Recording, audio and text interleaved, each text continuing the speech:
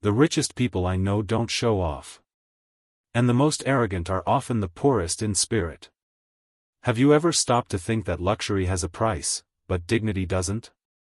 What would you do if one day you were thrown out on the street, humiliated, filmed by dozens of people, and all of this happened right in front of your biggest investment? Can you imagine the pain of being treated worse than garbage just because they judged you by your clothes? The story I'm going to tell you today happened in one of the most luxurious car dealerships in Miami. It proves that justice may be delayed, but when it arrives, it transforms the turning point of an underestimated man into the most expensive life lesson a group of arrogant people could buy. You will see, in detail, how Arthur, the man who was kicked out as a homeless person, returned in less than 24 hours not only to buy the store but to break the character of everyone who humiliated him. And believe me, the scene of his revenge was much less impactful than the way he honored the only person who demonstrated humanity. Stick around until the end, because the climax of this story will blow your mind. Arrogance has an unbearable smell, but many people only notice it when they aren't exhaling it themselves. And that's exactly what today's story is about. The bright sun in Miami reflected on the glass facade of an imported car dealership. It was a temple of ostentation, where the sound of customer laughter and the clinking of champagne glasses were suddenly drowned out by a sharp, cutting scream. "Get out of here, you stinking beggar." The voice belonged to Mr. Grant, the sales manager.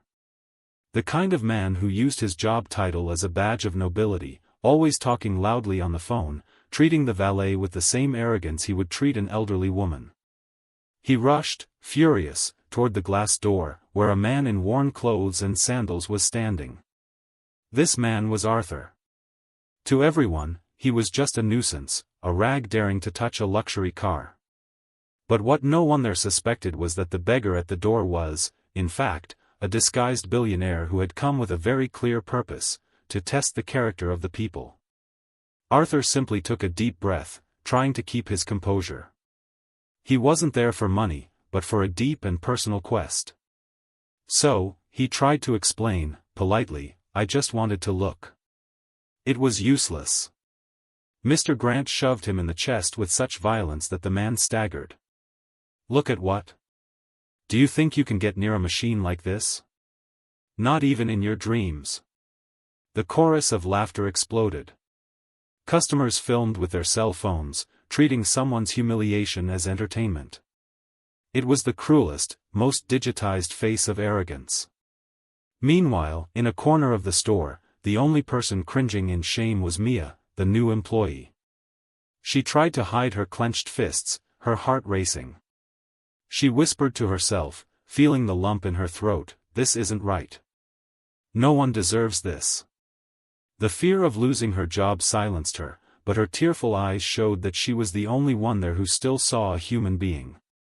Mr. Grant, satisfied with the show, opened his arms to the audience of accomplices. "Only people with real money get in here, people who have something to show. I won't allow a miserable person to touch these cars." At that moment, an arrogant customer in a gray suit named Rogerio threw a coin on the floor near Arthur's feet. "Look, take this, it's more than you're worth." Arthur's silence became something greater. He absorbed every word, every piece of contempt. He closed his eyes, took a deep breath, and murmured softly, almost inaudibly, but with a force no one there could measure, "You have no idea what you are doing." The humiliation was complete. Mr. Grant pushed him once more, toward the sidewalk. Arthur stumbled, almost falling, but stood firm. He turned slowly, walking away, under the scornful looks and laughter that echoed into the street. To everyone, he seemed defeated, expelled as a failure. But inside, the turning point was already signed. He knew the humiliation was nothing more than a test, and his justice would come, and it would come in a way no one could imagine. But what no one expected was that the only look Arthur carried with him was Mia's. A look of humanity amidst the garbage of words. And this silent connection, apparently small, would be the spark that ignited the fire of justice. Because the billionaire had a plan, and that plan involved returning to hell, but he needed an angel. Arthur walked away slowly, feeling the weight of the humiliation hang in the air, but his determination was greater than the pain. He knew that the laughter was proof that his character test had worked. Those who failed would be held accountable, and justice would come. For the arrogant crowd inside the store, life returned to normal. Mr. Grant was beaming, as if he had done the customers a favor. They toasted, laughing at the memory of the expelled parasite. This cold indifference, this cowardice in accepting injustice without reaction, cut deeper than any shove. Humanity seemed to have been switched off. But suddenly, he heard a soft voice behind him, "Wait." When he turned around, it was Mia, breathless, her face red with indignation and a glass of water in her hands. She had broken the unwritten rule of fear, the pact of silence that controlled the store. "I'm sorry for everything that happened in there. This isn't fair," she said, handing him the glass. That simple gesture, a glass of water, was worth more than all the luxury cars in the showroom. Arthur accepted the water, looked deep into her eyes, and replied, "You were the only one who didn't lose your humanity in here. Remember that." He spoke with a firmness that did not match his torn clothes at all. Alone with him, Mia explained, "I wanted to do more, but if I spoke up, they would fire me. I'm still on probation, but I couldn't just stand by and do nothing." Arthur touched her shoulder, the gesture of a leader, not a beggar. "Don't blame yourself. Sometimes, an act of courage is not about shouting louder than others, but about not letting your heart harden like theirs." The life lesson he was giving was worth millions. Mia risked asking, "Who are you really?" Arthur smiled faintly, enigmatic, "One day you will find out." Meanwhile, back at the store, the arrogance only grew. Rogerio, the client who threw the coin, mocked, "I bet that beggar is outside now begging for food. People like that were born to serve, they'll never be more than that." Their cruelty fed on emptiness, and indifference was the rule. Outside, Mia felt that she had just planted a seed that would blossom at the right time. She looked at Arthur and made a request, "Come back tomorrow. I know something is going to happen, and I want to be on your side." Arthur's gaze became serious, that of a businessman with an infallible plan. "I will return, but not as you imagine." The turning point was already underway. The dignity, which had been crushed, was silently rising, and Mia's spark of humanity had guaranteed her a protection she would only understand later. What the arrogant called order was, in fact, the rotten foundation where justice was about to explode. Arthur walked away with the certainty that the countdown had begun. And in everyone's mind, his phrase echoed like an invisible ghost, "You have no idea what you are doing." Hours after the humiliation, the luxury dealership in Miami still pulsed with the rhythm of ostentation. Mr. Grant was trying to erase the embarrassing episode from the sellers' minds. That's when the reception phone rang. A mysterious buyer wanted to close a deal and take 3 luxury cars with an upfront payment.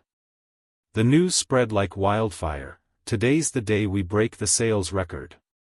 Get everything ready, because it's going to be the biggest commission of the year." Mr. Grant and Rogerio, the arrogant customer, laughed at the memory of the beggar, assuring each other that the new buyer was a real customer, not that scrap you kicked out of here. They lined up the Ferraris and Lamborghinis, waiting for a king. The sound of a powerful engine approached the entrance. The sound was deep, a growl that silenced the laughter and the clinking of champagne glasses, grabbing everyone's attention. A latest generation red Ferrari parked imposingly outside the store. It was the car of the year, the pinnacle of ostentation, and the atmosphere gained a climate of expectation, as if they were waiting for a king.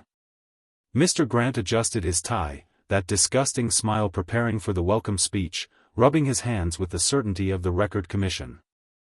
But when the Ferrari door opened, the shock was immediate.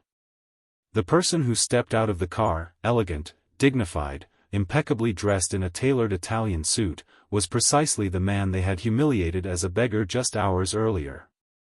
The air seemed to freeze. There was no chatter, there was no laughter.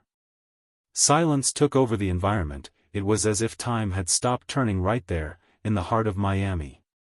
Some customers put their hands to their mouths, others exchanged glances in complete astonishment. Rogerio, the arrogant customer, dropped the glass of whiskey he was holding, the expensive liquid spreading across the shiny floor, but he didn't care, paralyzed by terror and shame. The supposed beggar now emerged as a billionaire in all his glory. Arthur, the man now revealed, slowly took off his sunglasses, looking at each person present. His eyes, which had previously burned with indignation, were now serene, yet sharp, like a mirror reflecting their own shame. No one dared to laugh. The scene of humiliation from minutes ago came back like a collective slap in the face. Arthur walked to the store entrance with firm steps, the echo of his leather shoes resounding across the shiny floor. Each step was a sentence, each look a silent accusation. Without raising his voice, he said, "I told you that you had no idea who you were dealing with. Now you know." Those words pierced their hearts like arrows. Those who had laughed shrank back. Those who were filming discreetly lowered their cell phones. The turning point was so impactful that even the luxury cars seemed embarrassed by the scene. The silence in the store was suffocating. All eyes were fixed on Arthur, who now exuded an authority that his luxury suit only reinforced. He walked slowly among the cars, and the turning point unfolding was even greater than the Ferrari at the door. "My name is Arthur Noguera, and this store used to be mine," he declared, and the phrase dropped like thunder, crushing the air. Mr. Grant, pale, tried to lean on the counter. You are the owner," he stammered, unable to believe it. The man he had shoved, insulted, and told to vanish was the very embodiment of the power he craved. Arthur stared at him, without anger, just the coldness of justice. "I am someone who believes that character is worth more than any car you flaunt, and today you showed who you really are." He spoke to everyone, and his grave voice resonated. "You had the chance to show who you truly are. Not when you thought you were dealing with someone important, but when you thought you could humiliate a simple beggar. And most of you failed. It was not just a humiliation against me, but against every human being you treat as invisible." The humiliation was now theirs. Mr. Grant pleaded, sweating cold, tears of despair streaming down his face. "Mr. Arthur, I didn't know. Give me another chance. I dedicated years to this place." "You dedicated years to feeding your arrogance," Arthur countered, his voice cutting. "That is precisely what shows who you are. You only show respect when you discover someone's identity. True character is revealed when you believe no one is looking." The sentence followed, "Your time at this store is over. You are terminated immediately." The manager collapsed, falling to his knees on the marble floor, feeling the weight of his arrogance crush him. Arthur did not ignore Rogerio. "And you, who mocked someone's pain and threw a coin, know that this also comes at a price. Pain is never a joke. You turned dignity into a spectacle, and this will not go unpunished." Rogerio bowed his head, defeated. Next, Arthur called Mia, who approached hesitantly, feeling like the only island of humanity in that sea of shame. He smiled, a genuine smile, and said, "You were the only one who saw me beyond the appearance, the only one who didn't lose her humanity. People like you are rare and deserve to rise." The life lesson was etched into every look. Arthur had already fired the manager, but his justice was not just punishment, it was the exaltation of dignity. The turning point needed to go further. The restructuring of this store is not just about firing those who failed, but about promoting those who deserve it, Arthur declared. He turned to Mia and said, his voice loud enough for the arrogant customers to hear every syllable, "You thought she was just an ordinary salesperson, without a voice or value, but I will show you that you were blind, just as you were with me." Mia, surprised, looked at him. "Show them what?" she asked in a low voice. Arthur insisted, raising the dramatic tension of the moment. "Show them the talent you hid all this time, because you thought no one would value it. It's time for them to see that true luxury is competence and dignity, not ostentation. Tell me, Mia, what can you really do?" With the courage that Arthur had ignited, Mia stepped forward. "I speak 3 languages fluently," she revealed. The showroom reacted with astonishment. French, English, and Spanish. And no one here ever asked me, because they always looked at me as if I were just another disposable employee. She detailed the sacrifice. I learned these languages by working hard, studying late at night, while dividing my time between 2 jobs to support my family. Arthur smiled, proud. That's why she will be the new relationship manager of this store. Not because she is rich, not because she flaunts it, but because she has what you cannot buy, real character and talent. Your value, Mia, is greater than all the cars in this store combined. You are proof that when humanity prevails, no arrogance can prevent ascension. The final life lesson was given, and justice complete. The most dignified person was taking the place of the one who most failed the character test. This story, which began with a scream of contempt in Miami, gives us the biggest life lesson that money cannot buy. Arthur's turning point wasn't about showing off, it was about redefining power. True luxury is not in the cars, but in the humanity that Mia showed by offering a glass of water. She was the only one who maintained her dignity when everyone else traded it for status and arrogance. I, as your narrator, tell you, life is a daily character test, and it is revealed not when your boss is watching, but when you cross paths with the invisible, the underestimated. Mr. Grant and Rogerio lost everything because they only respected what they could see. Mia gained everything because she saw the soul before the clothes. Remember, whoever humiliates will be humiliated, and whoever honors will be exalted. And now, the question that truly matters and can change your destiny: how many times have you, without realizing it, treated someone like the stinking beggar in your life? Who do you need to see the humanity in today? Comment below, what was the detail of Arthur's turning point that stood out to you the most? If this life lesson touched you and made you reflect on your own character, don't let it die here. Subscribe to the Historias de Reading KO channel, turn on notifications so you don't miss any powerful stories, and share this video with someone who needs to hear this message of justice. Thank you so much for sticking with us until the end.